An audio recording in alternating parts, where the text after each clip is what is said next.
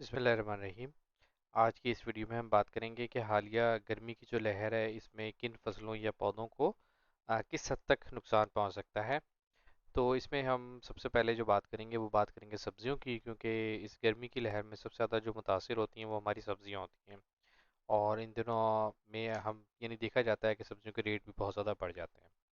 तो सब्जियों के अंदर अगर हम बात करें घिया तोरी और जो है टिंडा करेला, मिर्चें, ये सारी ऐसी फसलें हैं जो कि गर्मी की लहर से मुतासिर होती हैं। मिर्चों के अंदर ख़ास तौर पे जो वायरस है उसका अटैक देखने में आता है। तो इसमें आपाशी को आप बेहतर रखें, एंटी स्ट्रेस प्रोडक्ट्स जो हैं उनका इस्तेमाल करें।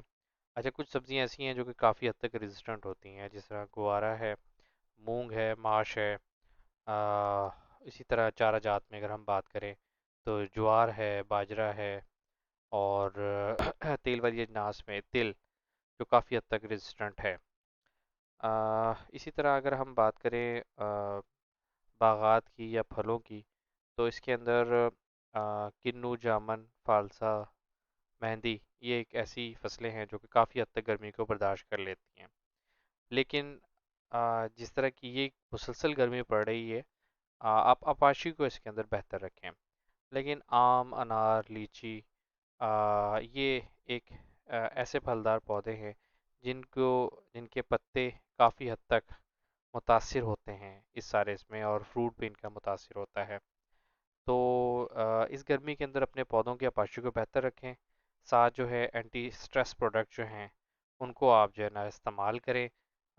उसके अलावा फ्लावरिंग जो है इन डेज़ के अंदर, ख़ास तौर पे सब्जियों के अंदर, उसका बहुत ज़्यादा लॉस होता है। फूल बनते हैं, गिर जाते हैं, फल नहीं बन पाता।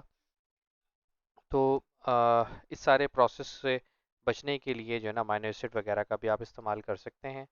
और जो हमारी ऐसी फसलें हैं, जिस तरह जिन लोगों ने मकई लगाई हुई है या ज्वार लगाई हुई है, या तिल वगैरह है, तो सल्फ़र का भी आप इस्तेमाल कर सकते हैं। वीडियो देखने का बहुत शुक्रिया। अगर आप इसमें कुछ एडिशन करना चाहें या हमारी रहनुमाई करना चाहें तो आप कमेंट्स कर सकते हैं। Thank you. अल्लाह हाफिज़।